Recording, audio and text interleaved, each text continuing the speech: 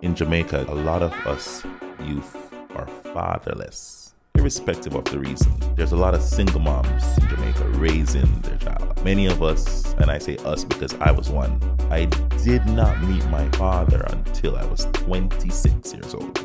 Didn't meet him, didn't know him. That was just missing out of my life altogether. Because it was never there, my beloved grandmother filled that shoes eloquently. Saying this to say, I always think, what if I had just one positive role model? I try to be that positive role model.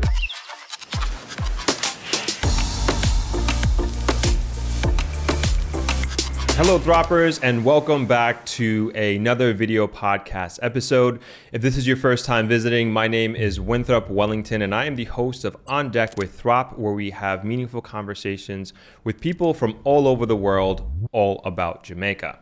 And today we have a very important and special guest talking about a very important and special topic. And it is my pleasure to introduce Mr. Maurice McLeod to the podcast today. Thank you for being here, Maurice. Thank you for having me. Absolutely.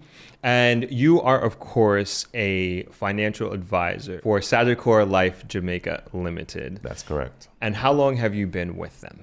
So I've been with Sagicor Life from 2015. So that's approximately 7 years. Yep. But I've been a financial advisor for the last 2 years.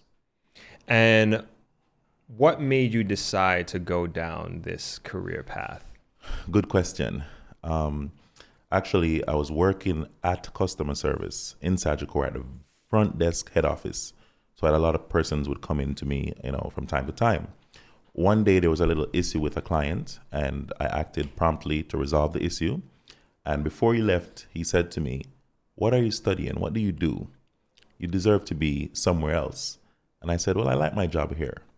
But anyways, he convinced me that I should pretty much consider a career in finance. So that's where I started. I decided to start the very same year. I went back to school and I studied financial management and accounting, finished my degree in 4 years, and then I switched over to become a financial advisor in the middle of the pandemic. Oh, wow. And so what did you study originally before that? So before that, I did not go to university. I was one of those persons who believed, as a millennial, I thought that university, there was no place for me there. I mean, I could use the money for school to start a business. That was my outlook growing up. But then the older I got, I decided that, hey, why not have the papers and don't need it, than need it and don't have it? There you go. Yes. Very cool. And where are you from originally? So I'm originally from Kingston, Jamaica. Yes. Grew up in Portmore, St. Catherine. And that's where you currently are now? Yes. Still? Okay. Never thought about moving to Negril? Well, funny that you ask, because I'm thinking it's my first time in Negril. Oh, really? Oh, wow. Yeah, maybe my second, but I can vaguely remember coming here and would have just been passing through. But yes, today definitely has changed my approach towards where I would want to live. If I can get my money right in Kingston, I would definitely settle in Negril. Awesome. Good answer. We'd love to have you here. Trust me. Yes. And I know you're a decorated individual as in regards to your career, and you probably wouldn't talk about this about yourself, but I want to give you an opportunity just to tell people about a recent award that you have received, and also really give you your flowers for what you're doing as a young person, as a young man who is really coming up in the industry and doing so well. And so if you would, could you just share some of the recent accolades that you have received? Yes, absolutely. Well, first, let me start by saying when I got the job at Sagicor, it was just someone wanted to take a chance with me because I didn't have all the qualifications necessary on paper, right? So got a chance, started on probation, did really well, and the rest is history where that is concerned. As it relates to my recent accolades, in 2021, in the midst of the pandemic, I decided to switch from customer service to become a financial advisor.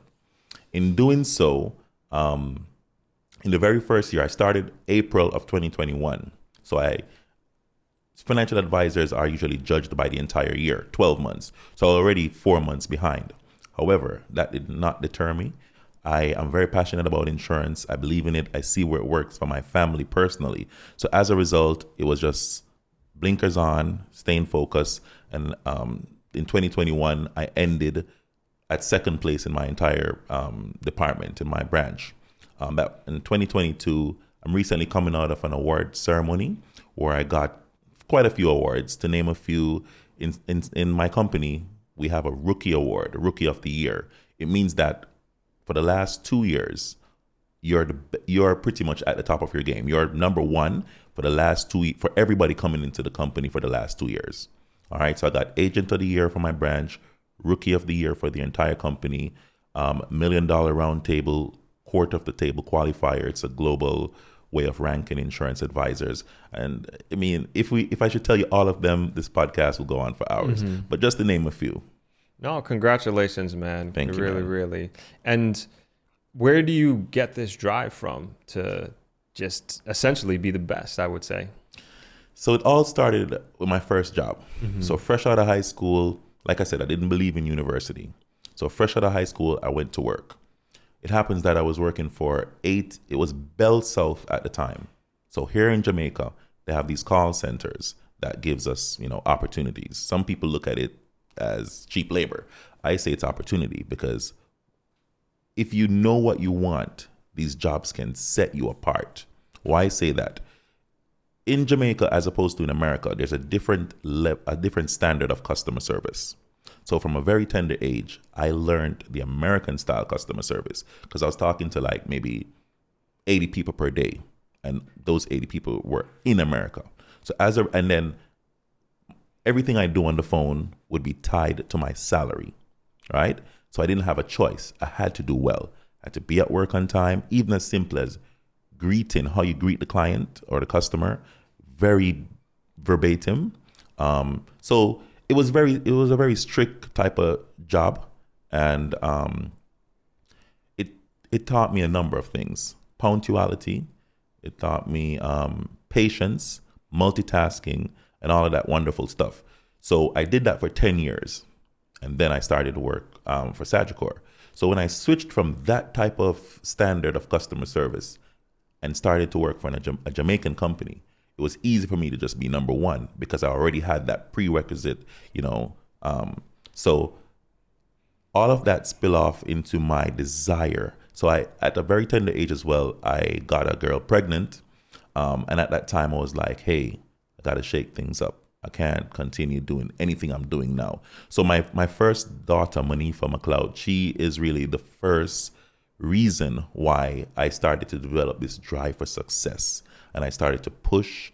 I have a second daughter now, Mahalia McLeod, 4 years old. So she renewed that drive. So to answer your question, my kids are my drive. Amazing. I love that, man. And I think you said something very, very important in respect to how you view, and maybe even what you're recommending, but how you view your drive and your ambitions to accomplish whatever it is in your life. And you used the word patience. And yes. I feel like in the world we are in today, where it's very much what I can get now as soon and as quick as possible, and the instant gratification. I think that hopefully, like, young men who see you, and you just said you did put in 10 years at that company, at the call center. Yes. And you used that experience, that training, the time that you were there to be the man and the person that you are today, that is being recognized nationally for the work that you're doing. Absolutely. And I guess my point is like, I hope young men who are seeing this and watching this can, like, in some way see themselves in you and eventually be in your position and say, hey, I want to be like that guy, and realize, like, it's not something that happens overnight. It's not. It's definitely not, because I remember in 2015, within Sagicor, I was asked to present to financial advisors at the time. I was in customer service. Management saw that I was passionate. They asked me to pretty much be a guest speaker at an event to motivate the other financial advisors. And when I came off that stage, it was so successful that I got several job offers to do what I'm doing now. Wow. That was from 2017. I rejected all. Not out of arrogance, but I knew that time is important. Timing is important. I needed to stay where I was. I was at the perfect place to learn as much, to get a good product knowledge, to get a feel of the things that the clients come in for. So as a result, I did that for 5 years, and it placed me in a position where when I became a financial advisor, I was able to put systems in place that would help me to be as successful as I am now. I see. And I think that's like really smart, strategic, and patient thinking and a patient approach to what you're doing. And I want to switch gears a little bit. One of the main things, and I would say the viewers of this channel are very much interested in moving, living, investing here in Jamaica. And I think it's so important that we're highlighting a young, successful, born and raised, grown Jamaican man here on this podcast. Yes. To show that there are in my eyes, incredibly successful people here in Jamaica that stay here and live here. One. And then two, the other aspect of it, which I would say is more important for the people watching this, is their consideration for their own health. And the majority of my audience are on the mature side of things, and many of them are looking to retire here. And part of the consideration of retirement is not only the financial aspects of it, the affordability, the lifestyle, but also their health. And as you know, without health, you have nothing. True. Right? And so to start with, let's talk a little bit about the quality and also the services of healthcare offered in Jamaica. And I'll just leave it as an open statement. I have my own opinions on that. But you as a professional, I'll kick the ball over to your side. Well, you can be insured through the government, or you can be insured through private sector, right? I think this is the case anywhere in the world. Insurance on a whole, health insurance, for example, health insurance is where you get your prescription drugs, you get your doctor visit, and so on. It's usually the most expensive insurance anywhere in the world. So to start with, you're advocating that you have health insurance here. Yes, absolutely. Okay. Absolutely. So here in Jamaica, we have all different types of insurance. We have life insurance, we have critical illness insurance, we have health insurance, we have what you would call disability insurance. They're like riders that you can put on life insurance policies. So long and short, I've paid close attention to the insurance sector in America, and it's not far off from what's here in Jamaica.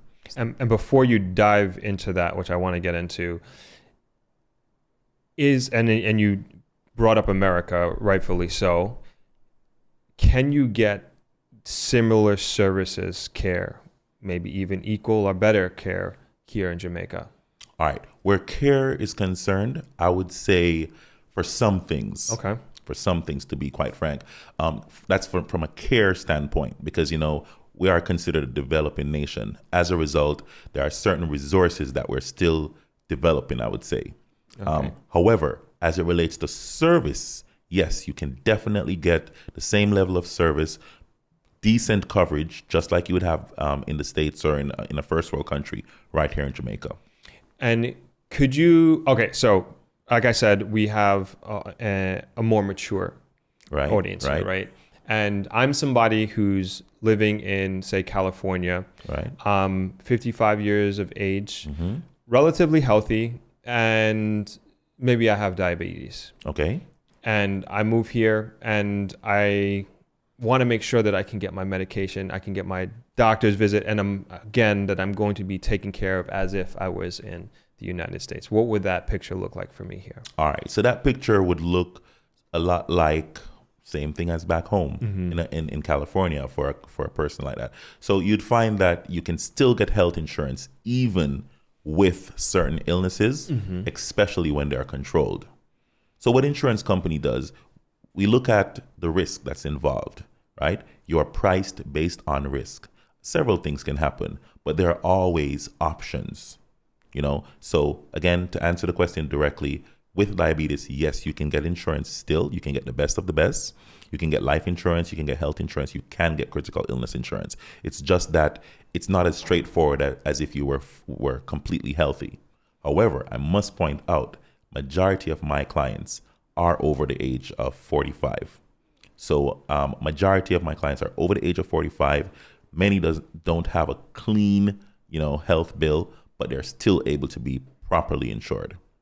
Okay, so they're not I was going to say it's probably a bad term, but they're not being written off because of a pre-existing condition. Absolutely not. The thing about insurance, though, and I'm glad you mentioned pre-existing, under normal circumstances, anywhere in the world, insurance doesn't cover pre-existing conditions, right? So it's like, for example, if you have a car, you didn't insure it, you met in an accident, and then you want to insure it for that accident, it wouldn't work. So you have to be cognizant of that and try and get insurance much before the need arise or before the peril, arise. Okay. And now for, I guess, just let's stick with the same age range, Right. 45 to 55 kind of thing. And your run-of-the-mill checkups, that sort of thing. You're going to your general practitioner. What does that look like for that person, with or without? I would say let's say a healthy person that doesn't have any condition, so to speak. All right. So a healthy person that does not have any condition going to the health practitioner without insurance. Let's say without insurance, you pay 100% of whatever the cost is.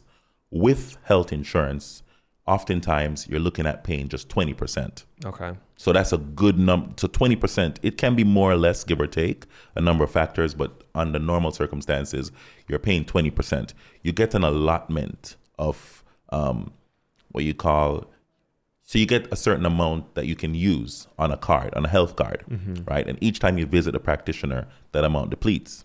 So if you're going to the practitioner on a regular basis, maybe let's say once every 3 months for whatever reason, then we have health insurance and we also have a supplement to that health insurance. So based on your need is what I'm saying. Based on your need, you can get something tailored for you. And that's the best thing I like about, one of the things I really like about insurance. It's not a one size fit all. You can have a twin and you have a different policy from that twin because of your lifestyle, your income, your medical condition. And is it like the States where you pay a deductible when you go see your doctor? Well, pretty much. Yes, definitely. And we have a term called major medical, where these are like supplemental to your basic health plan. So let's say you get $10,000, just using a number, $10,000 for dental. Jamaican. Yeah, Jamaican dollars, All right, sorry. 10,000 Jamaican dollars for, which is a roughly $70 US.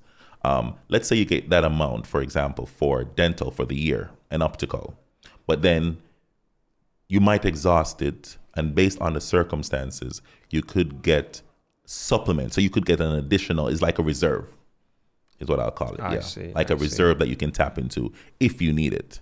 And these things come at an additional cost, but it's far less on your pocket than if you didn't have it. Okay, I see.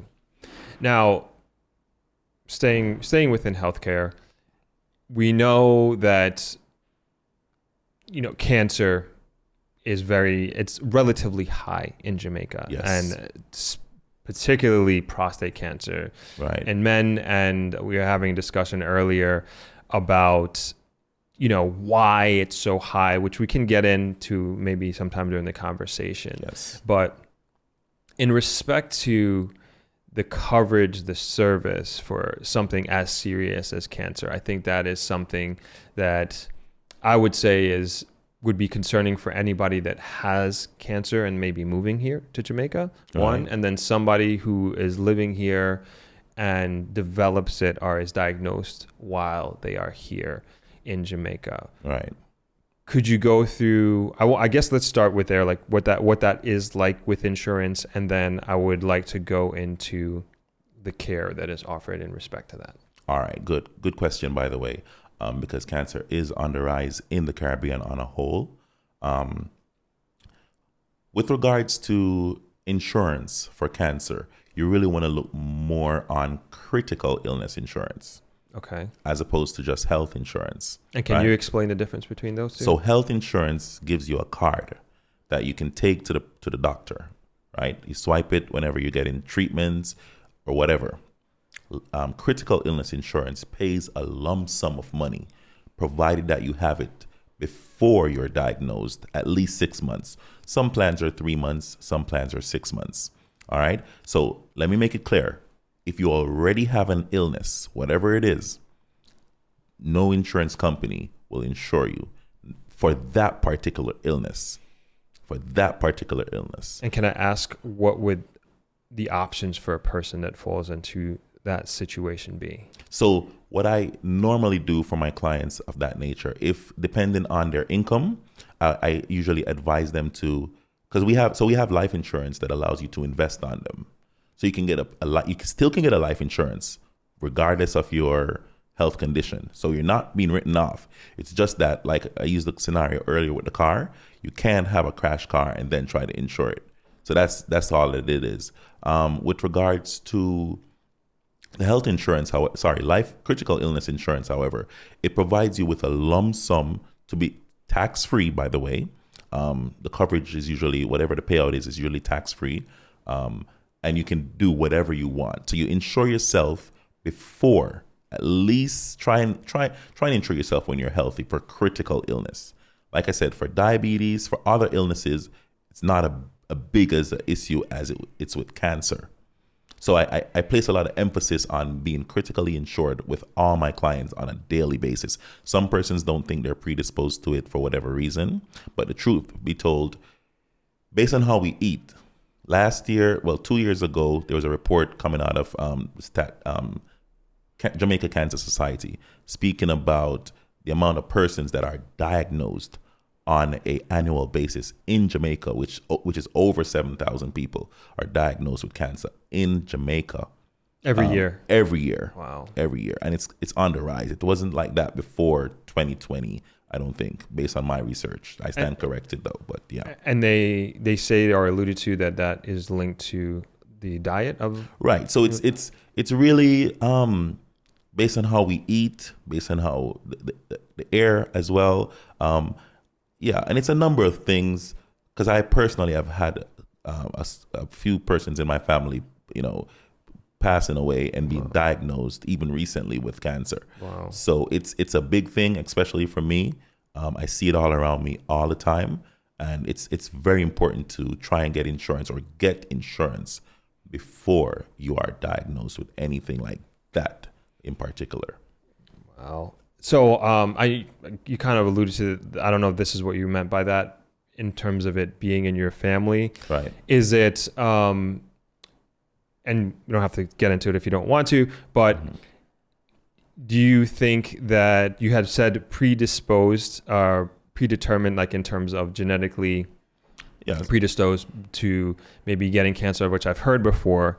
And I've also heard the theory of that being a combination of diet and a predisposition to certain types of cancer. Yes. Can you and your family, like, is that something that you, what would I say, track for, are concerned with your, not only your immediate nuclear family, but also that of your wider family? Most definitely. I have, so these are my extended family, I must point out. Yeah. So extended family, I have 4 cousins. Only one is older than myself. And between 2008 until now, they were all diagnosed with cancer. Only one lived over a year. Oh my gosh. And in my estimation, the only reason why is because he had an insurance. He was the only one that had an insurance that gave him a lump sum of money that he could take that money, leave Jamaica, went to abroad, and got the best care until, his time ran out. Now, I always say money can't save your life. but it can give you a fighting chance.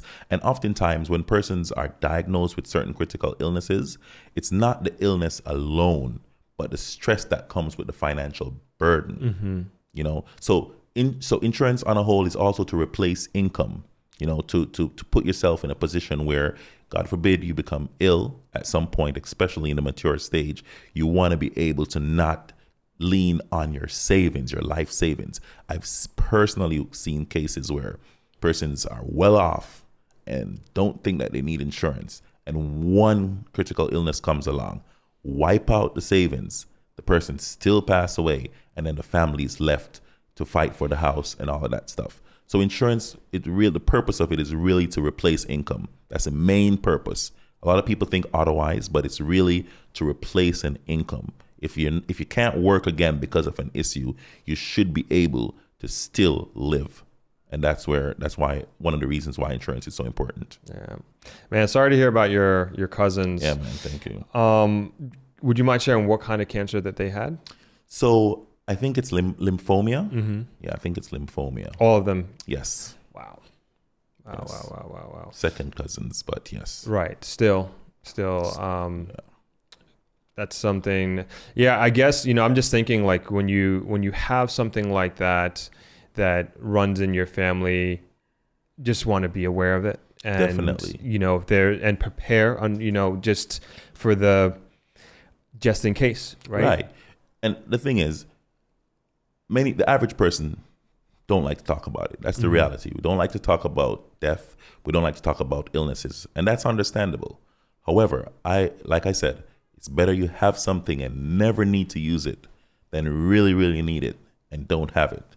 And that's why insurance is important. And another thing I like about critical illness insurance here in Jamaica, at where I work at Sagicor Life, if you have a critical illness policy, and so there are two types.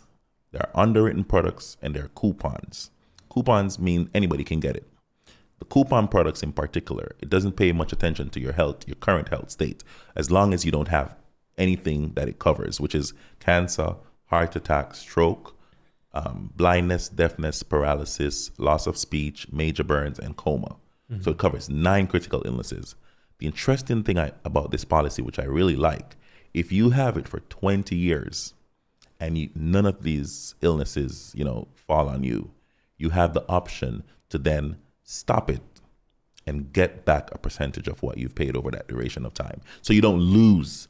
If you're covered with any critical illness policy, and God forbid you pass away for something unrelated to a critical illness, your listed beneficiaries still get back what we call a full return of premiums.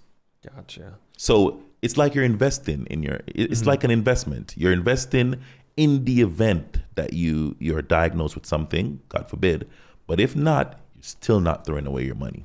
And can you give us an idea of how much critical illness policy would cost? Well, that all depends on one, age, which is the primary factor that will determine how much you pay. And the secondary factor is the amount of coverage you want. Okay. So it's not a one shoe fit all type of thing. I figured. Yes. I just want to give ballpark figures. I don't know if you can do that. So sure. Yeah. Ballpark for, let's say, a 60-year-old. And by the way, 60 is the age that critical illness coverage cuts off. So once you're 60 years old, 60 years and 6 months, because insurance judge you by your closest birthday. So if you're 60 and under 6 months away from your 60th birthday, you can get critical illness insurance, right? A person like that gets in a coupon product, meaning a product that will not do they don't have to do a medical. Let me just say, instead of coupon, I'll say non-medical. So it's a non-medical insurance. You just answer a few basic questions. Once you don't have anything that the plan covers already, you can be covered for it. The average person will look at 60 years old. And I must point out, females are priced different from males based on, again, risk. They say we're more, I believe it. Yeah. But I would say for per a million Jamaican dollar coverage, Yeah. a 60-year-old getting a non-medical insurance, it's really hard, so don't hold me to it. I can clarify later on, but it's approximately anywhere in between I would say average 8,000 Jamaican dollars, which works out to maybe 60 US per month. Per million. Okay. Gotcha. Right. And that figure I can always clarify later. It's just off the top of my head. No, that's fine. I appreciate that. Just kind of getting a ballpark figure. Yeah, in between eight. Let me say between eight to 11,000. Okay. Jamaican dollars. Yeah. No. Fair enough. Fair enough. I think that's good to know. So, with the services aspect of, but sticking with cancer, you had mentioned that your cousin, because he had the insurance, he had the opportunity to use the funds from the insurance to go abroad to get care. Yes. What types of cancer care is available here in Jamaica? Well, truth be told, everything, I would say majority of the care that's needed for the earlier stages of cancer, like chemotherapy, the radiation, exists here. So it's not like the care isn't here. It's just sometimes, like I said, from a resource standpoint, and sometimes it's superficial, really. Sometimes we just think as Jamaicans that, hey, traveling overseas to get care is far better. I must say this, though. It's on average, it costs between $8 to $12 million to adequately treat cancer here in Jamaica. Jamaican dollars. Yes, Okay. Jamaican dollars. Okay. And we alluded to this before, but I kind of want to go into like, what if somebody doesn't have insurance, and like you said, $8 to $12 million. That's a lot of money. Yes. What are those person's options? Well, you'll be in a lot of trouble. Truth be told, I can't even try and sugarcoat it, because there are little care from government institutions for this type of. Truth be told, the government cannot afford to adequately treat over 7,000 people being diagnosed per year with an illness that is so costly to maintain, and that's why it's important for persons to be insured as soon as you can. If you don't have it, even if it's the bare minimum of 8 million, or even if it's less until you can afford more if you can, but just ensure you have something if the need arises. Especially, I did a personal survey about 2 months ago, just with my circle of people, and I was asking, one of the main questions was, do you know anybody within your family or outside that has ever been diagnosed with cancer? The overwhelming majority is yes. Wow. Do you know anybody that has passed away from cancer? Again, overwhelming majority, yes. Do you know anybody that had insurance to properly treat said cancer? No. So it's a pattern, I'm telling you. It really impacts the family a lot, because again, oftentimes these persons are the breadwinner. The breadwinner being ill and not able to function as he used to, it can be a big burden on the entire family. And kind of continuing to stick along those lines, I also read that Jamaica has a relatively high death rate as it relates to cancer. And it's seemingly, when you compare it to other countries, but it's seemingly a reason for that is either, I would say, access to care for the most part. Most definitely. Most part. And when I say access, I want to put that in context. It's kind of what you're speaking. Like, we have the facilities to take care and to service many types of the cancers, right? But if you don't have insurance and you don't have that 8 to 12 million sitting under your mattress, like you said, you're going to be in some trouble. And it seems like that seems to be a big contributing factor to the high death rate as it relates to cancer in Jamaica. Yeah, it's my opinion too, because think about it.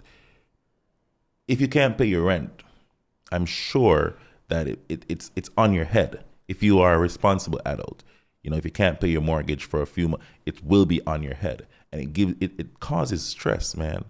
So to take away that stress as a result of the finances, because you might be stressed regardless, because it's something new. something that you have to live with potentially for the rest of your life.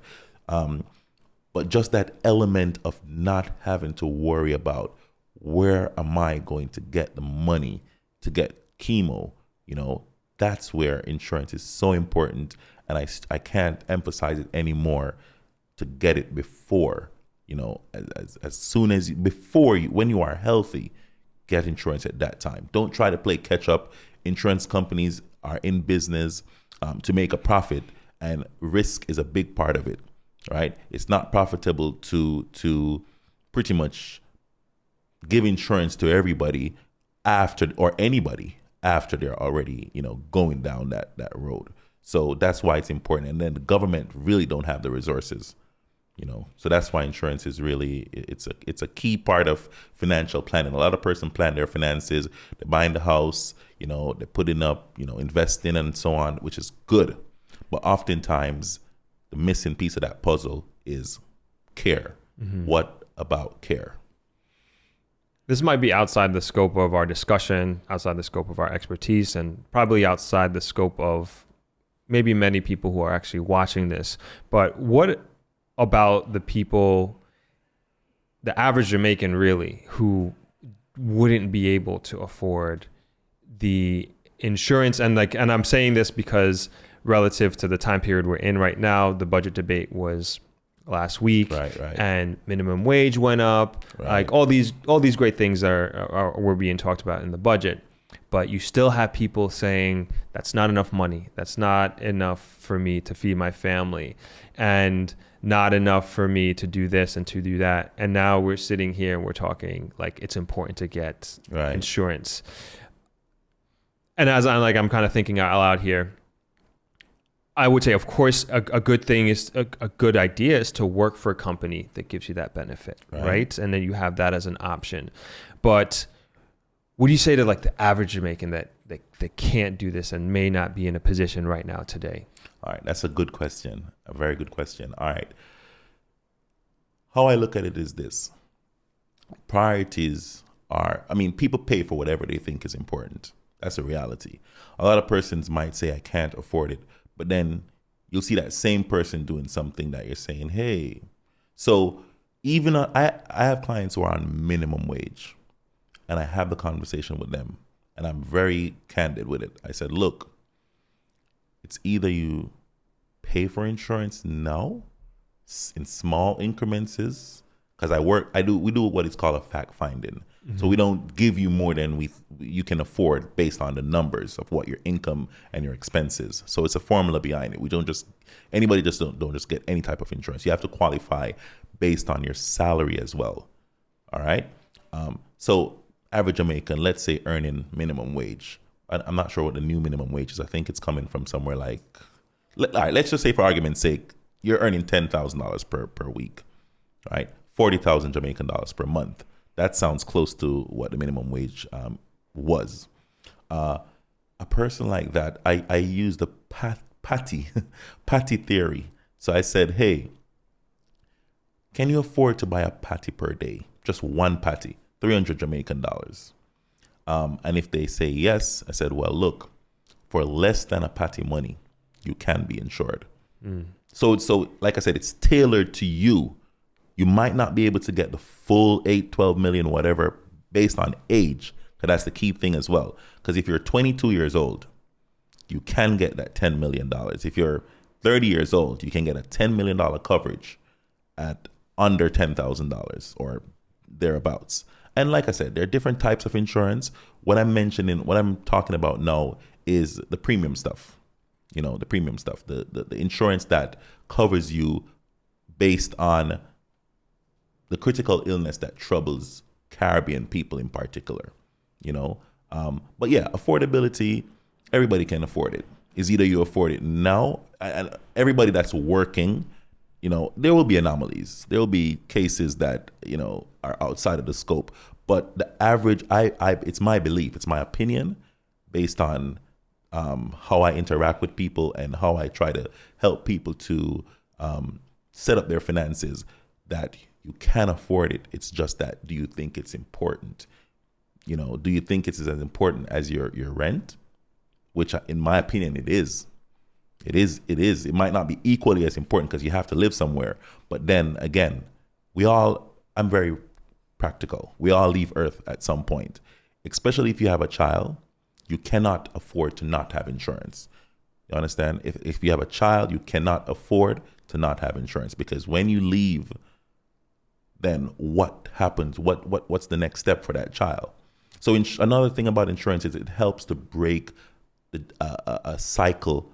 One properly structured insurance policy in a family of persons who are minimum wage earner can change that generation. Just one.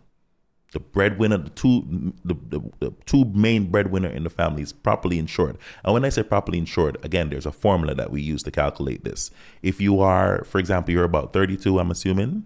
39. But 39. Thank you. Just turned 39 last week. Oh, happy belated birthday, man. Thank you. Yeah. So if you're 39 years old, we would say, based on the formula, I would say to you, you should be insured between 10 to 15 times your annual income based on that age.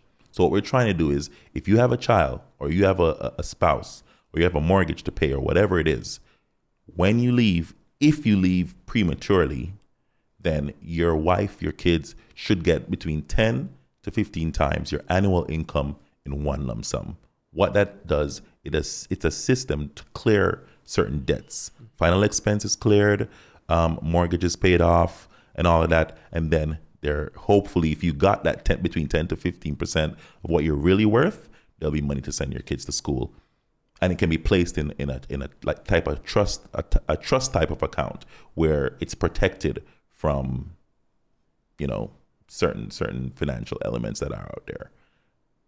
Yeah, I think you have a good point, like it being equal to or as important as paying rent. It is, man. And I think it's an education aspect in terms of getting people to understand that, because no offense, but like insurances can be boring, right? And it can, but when you need, in terms of a topic to be talked about, right? But when you need it, it's not boring.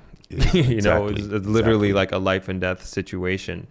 And kind of getting back to what we were talking about before with the rising cases of cancer. Right. Is the government, to your knowledge, are they doing anything to address this in any capacity? I'll just leave it open as that. Well, I would say yes. There is this program that I really like called Jamaica Move, that I know that it's coming out of the Ministry of Health. It encourages us to move, just being physical, because that's another thing with many of us. We don't move a lot. We're not as active. So the government, I think a government in a developing country that actually does anything at all to educate the populace, I look at it as something good, because they didn't have to. It's not a requirement. It's a requirement to care for the populace, but it's not a requirement to get too in depth in certain things. I don't think. But yeah, I would say from a health standpoint, they do try to ensure that we remain active. There are knowledge, education type of thing out there. There's Breast Cancer Awareness Month, which is October, that you will see a lot of statistics. You'll see a lot of survivor stories. There is, what's the other one called? But what I'm saying is there are educational programs. So if you don't know, it's because you don't want to know. And could you tell us a little bit about, I don't know if you have this information, about like what types of cancers are high here in Jamaica? Well, I have a little bit. I was going through something yesterday, looking back at some of the statistics. And let me correct something I said earlier. I mentioned that I got the statistics from Jamaica Cancer Society. It's actually Jamaica GlobeCon 2020. It's International Agency for Research on Cancer. And this is the statistics coming out of Jamaica for 2020. Number of new cases in 2020 for both sexes, all age, that was approximately 7,197 persons in 2020 were new cases with cancer in Jamaica, right? Out of that total number of new cases, 42.8% were prostate cancer. Is that male? Is that cancer for males? Sorry, males. Thank you Okay. for. So we're looking at males. So out of the 7,179 cases in 2020, 3,651 were males. And of that, Of that amount, we're looking at 1,561, which represents 42% prostate cancer. And I know, like, I've heard this many times before about prostate cancer in amongst Jamaican men being high and just going untreated. Because we don't want to get treated. We don't want to, first of all, to get treated, you have to get tested. Mm-hmm. We don't want to get tested. And when I say we, it's a Jamaican man thing. We think that it's too intrusive. However, I must say, unbeknown to many of my fellow Jamaican men, we now have a test that does not, it is not conducted the traditional way. Mm-hmm. It's called a PSA test. It's actually a blood test that can still detect prostate cancer. When you're applying for a life insurance product at Sagicor Life Jamaica, you get that test done. If you're over age 50, you get that test done as a part of the requirement, and you don't have to pay any money. So a lot of the tests that you do, 90% of the tests that you have to do as it forms a part of the medical to qualify for insurance, especially critical illness insurance at Sagicor Life, you don't pay for those tests. We schedule an appointment, you come in, and the tests are administered. I see. So the PSA test, which is a test that checks your prostate, is one of those tests. So, but even still with the new PSA test, it still remains high? Many persons don't know yet. I see. It's relatively new. Okay. So it will take time and constant education, and truth be told, look, the majority of my clients are females, right?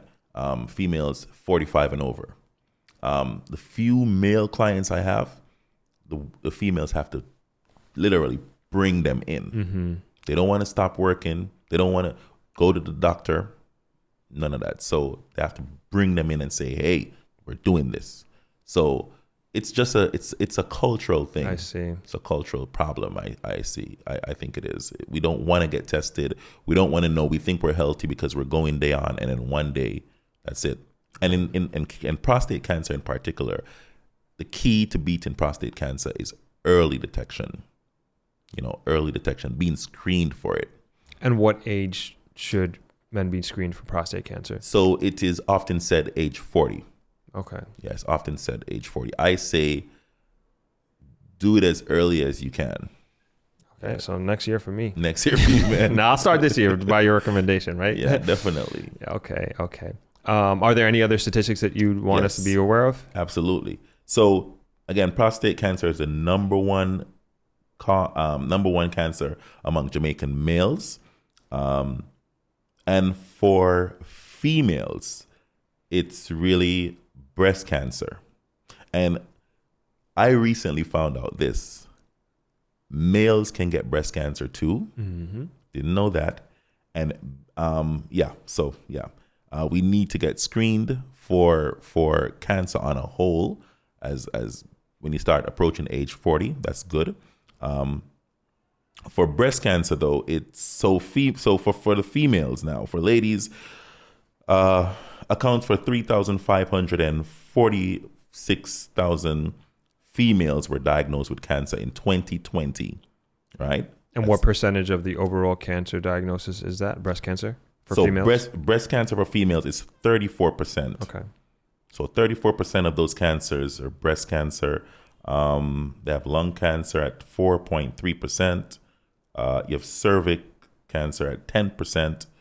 So, and these things, based on my estimation and my observation, usually happen middle age. And when I say middle age, I'm talking 35 thereabouts. Mm-hmm. A lot of persons think it's 50, but no, middle age is 35, because the average person really life expectancy nowadays is like 70 probably, right? From a population standpoint, we do have a lot of incidents of child cancer on the rise as well. So while there's a lot of persons in the diaspora thinking of coming back home, thinking about their own health, I would say think about the health of if you're coming back with your family as well. think about your kids and your grandkids. It's very important. And like I said, the earlier you get critical care insurance, the cheaper it is, the less of a hassle on you, less scrutiny overall, because you're less of a risk. No, that's some good advice, because we do have young families that are wanting to move to Jamaica. And I know this because they're asking me about schooling around the area, in particular in the Grill and also in Kingston. And that's a good point to think of that, which I didn't think of. Obviously think of the kids and how they're going to be insured as well. Yes, definitely. And I mean, I've had personal encounters, even one recently that really tore me apart, of a very young client of mine who she was in her 30s. She didn't want any more insurance, but I just felt compelled to educate her that, hey, you're not adequately insured. I can give you the information. You can do whatever with it, but I know you don't want anything more, but you're not adequately insured. I told her that last year. When my approach caused her to want to listen to me, I guess, and she did. And she listened to me. She increased it, and I don't know, but 5 months after that, she had a headache, went to the doctor, found out that she had a tumor. Oh, my goodness. Yes.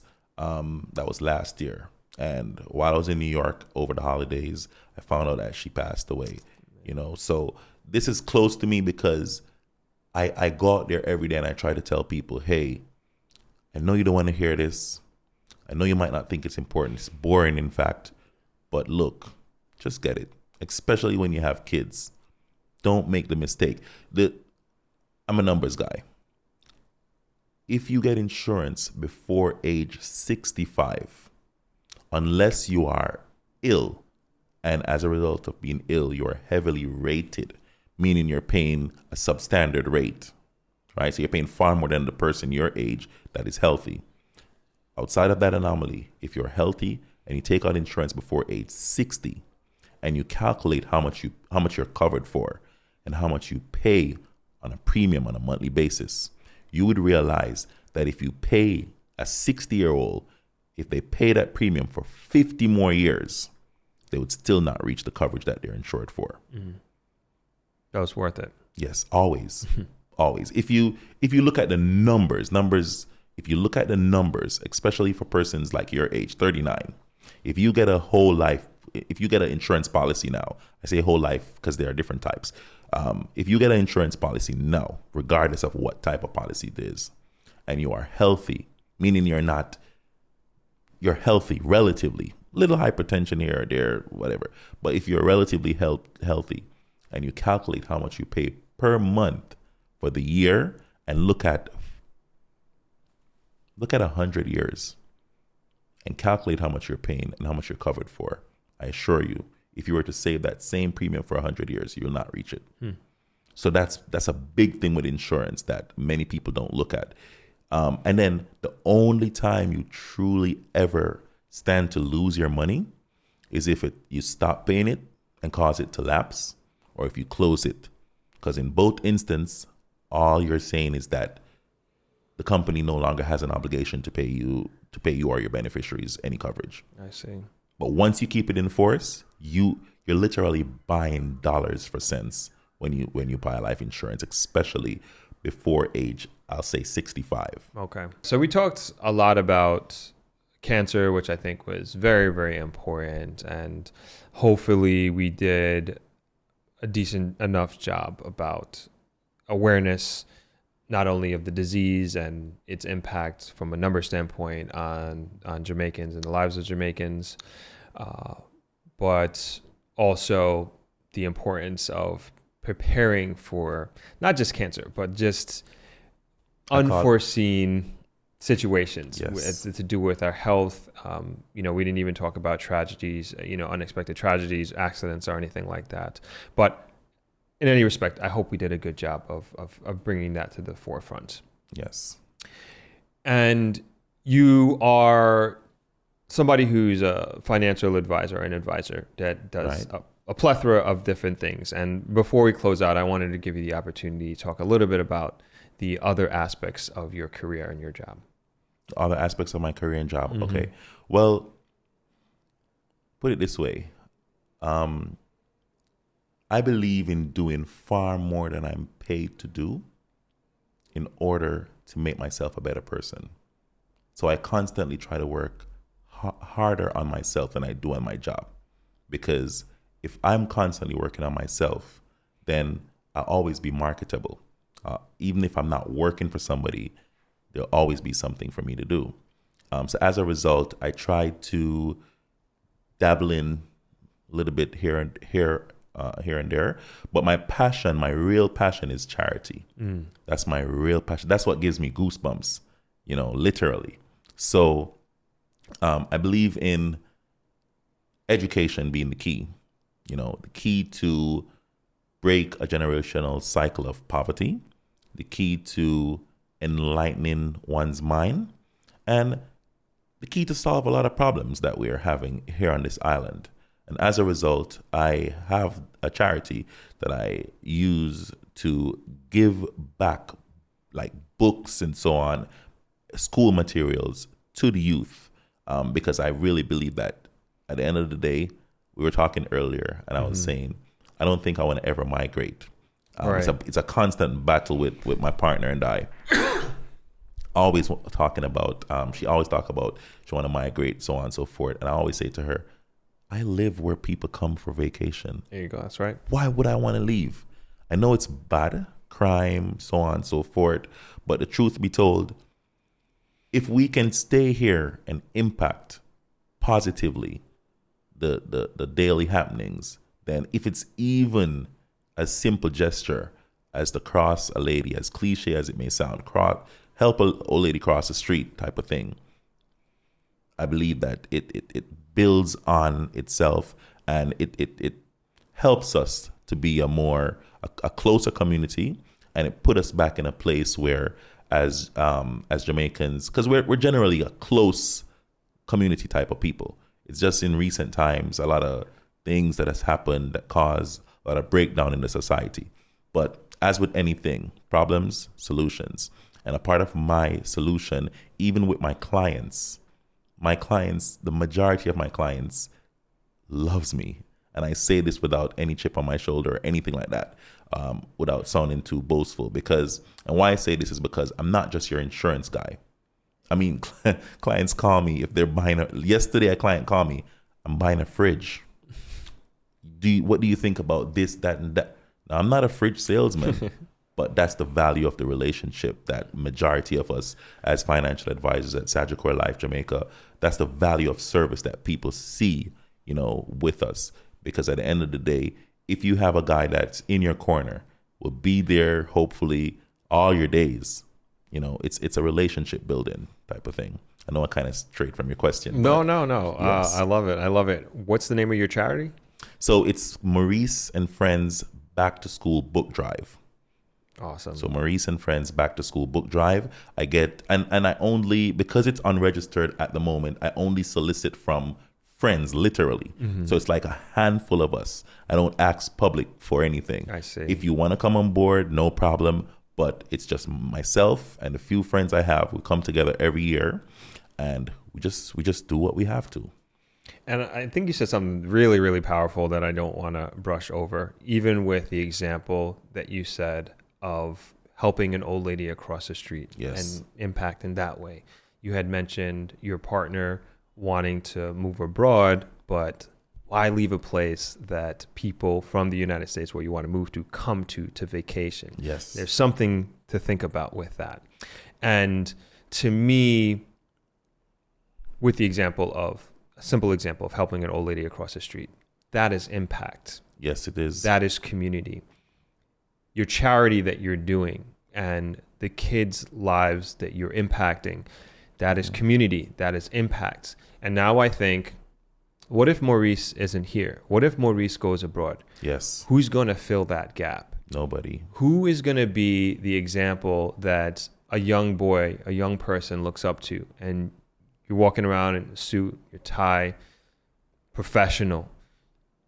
Who are they going to look up to instead of you? And it could be a guy on the corner instead of Maurice. Right. And we got to think about these things. And we also, I would say, you can't take yourself for granted. True. And you can't take and really not undermine, but undervalue the impact of just your presence alone. Just by walking down the street, you don't know what that is going to do in the eyes of a person that is maybe selling on the street, maybe going to school, maybe they're a window washer, whatever it is. It's the fact that they're seeing another Jamaican black man that is successful and doing well. And they may not know a lick about you, but they could just look at you and say, I want to be that guy, because they are looking up to you in that moment in time. And so it's, again, I know I iterated this before, but I want to reiterate this, is that it's so important that stories like yours are told, and that young people, and especially young men and young boys, that they do have somebody to look up to. And I hope their ambition is greater than the current circumstances that they find themselves in. We were talking off camera a little bit about your own personal upbringing and where you came from and where you are now. It's like, that needs to be told. People need to hear about it. And a lot of the live streams that I had in recent times, we talk about how tough Jamaica is, and a lot of people have a very pessimistic view of the future of Jamaica and of the future of the youth of Jamaica. And like you're doing with your charity, instead of talking about it, instead of belittling and perhaps being negative about what the government is doing and not doing, it's like, we got to do something. Somebody's got to do something. And is like, complaining about it isn't going to help the problem and help solve things. It's actually getting in there. And it could be, maybe you can't physically get in there. Maybe somebody maybe what you're doing with your charity, somebody can't do it. But the conversation, and I think ideas are also important. But to me, if you're just going to be on the sidelines being pessimistic about it and complain about it and not do anything about it, it's better that you don't say anything. Absolutely. And again, I do want to commend you about the work that you're doing, not only just your charity, but also in terms of your career. And I think it's just extremely, extremely important that we talk about these things and we highlight it. I want to add something as well. And you're completely right. It's very important. A phenomenon, I would like to call it, in Jamaica as well, is that a lot of us youth are fatherless, right? Irrespective of the reason. Mm-hmm. But there's a lot of single moms in Jamaica raising their child, a lot. Many of us, and I say us because I was one, right? I did not meet my father until I was 26 years old. Wow. He went away to the States when I was 2 years old, right? Didn't meet him, didn't know him. That was just missing out of my life altogether. And because it was never there in the beginning, I really didn't miss anything, because my grandmother, my beloved grandmother, filled that shoes eloquently. And saying this to say, I always think, what if I had just one positive role model? Wow. I always think about it, all right? And I try to be that positive role model to a lot of, especially the males, because we're oftentimes neglected. Yeah, the male youth in Jamaica, less emphasis is placed on development, on care, and all that stuff. It's ironic that I mentioned my father as well, because on my way here, I picked him up. The same father. Wow. So I'm a very practical person. Mm-hmm. I don't need to blame you for anything that happened how many years ago. I don't even need any explanation. What can we do now and going forward? And that was my approach. Because when I met him, funny enough, he was trying to tell me that my grandmother was the reason why he wasn't there. It didn't make sense to me. Mm-hmm. In my head, it doesn't matter. She's the one that did what you were supposed to do. So we had a rough start, towards our relationship in the beginning. And as the year goes by, I was more of the father in that relationship. I was more of the one reaching out and checking up, but then, of course, success started to come along. He started to see me in the paper a bit. He started to come closer and closer, and I could have shunned him. But why? Will that make the world a better place? Will that make me a better person? No. And Monday, I went to the airport, pick him up and my granddad, brought them to my place. They're staying there for a week, and it gives me joy because, like I said, I could have shunned them all. Like, they didn't care about me for 26 years. Oh my God. So I want the youth, especially as well, to understand that at the end of the day, you might think that things are not going your way. You might think that you're worse off than anybody else, but everybody has a story.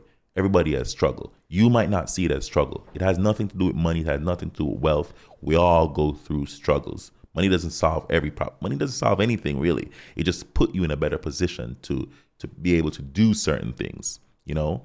And also, I failed to mention I had a stepfather who, growing up, was very abusive. When his dad died, there was one person that they called to read his eulogy. I don't know why they called me. We weren't that close. I didn't like them at the time. Yeah. I could have said no. I said yes. And I went and did it. And up to this day, we're cool. Why? Because forgiveness is a big part of community. You won't always see eye to eye. People do you wrong. But if you can have a clean heart, if you can do right. And when you talk about having a clean heart and doing the right thing, people say, oh, but that's relative. No, I don't believe that. Deep down in our guts, we do all know what's right from wrong, you know. And just going off on this tangent because you asked me about things outside of insurance, just to let you and your listener, your viewers, understand that at the end of the day, and then for the youth as well, who I might inspire through this podcast, at the end of the day, if you're focused, trust God, be diligent, be patient, work hard, work smart, you're fine. Take it one day at a time. You're fine. I think that is fantastic advice. Everything you said was so powerful. Thank you for sharing that. I really do appreciate that. And I hope somebody watching this out there can perhaps look at their own circumstances and then look at what you have gone through. And it takes a really, really, really strong person to overcome that. It takes a really strong man to overcome a father who wasn't there for 26 years. Yeah. To invite them into their lives and eventually let bygones be bygones. Absolutely. And I think we need more of that mentality, not only in this country, but in this world, and really have a forgiveness mentality. And it's not to say that forgiveness is easy. And it's not to say that you can just do it at the snap of a finger or a drop of a dime. It's a process. It is. But I don't know where you get that from in terms of your willingness to go through that process and the willingness to be open to that possibility. But I think it's a very commendable trait.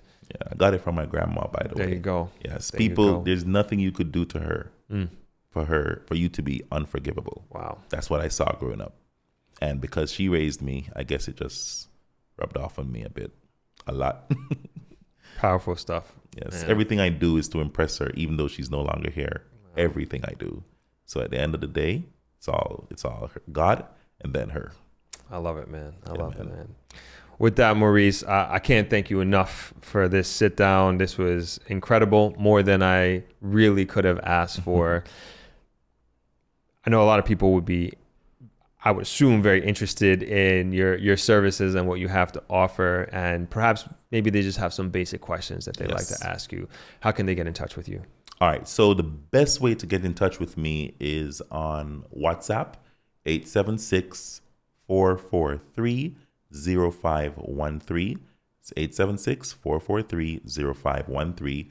I'm also on IG at Maurice_McLeod. And Facebook, it's just Maurice McLeod.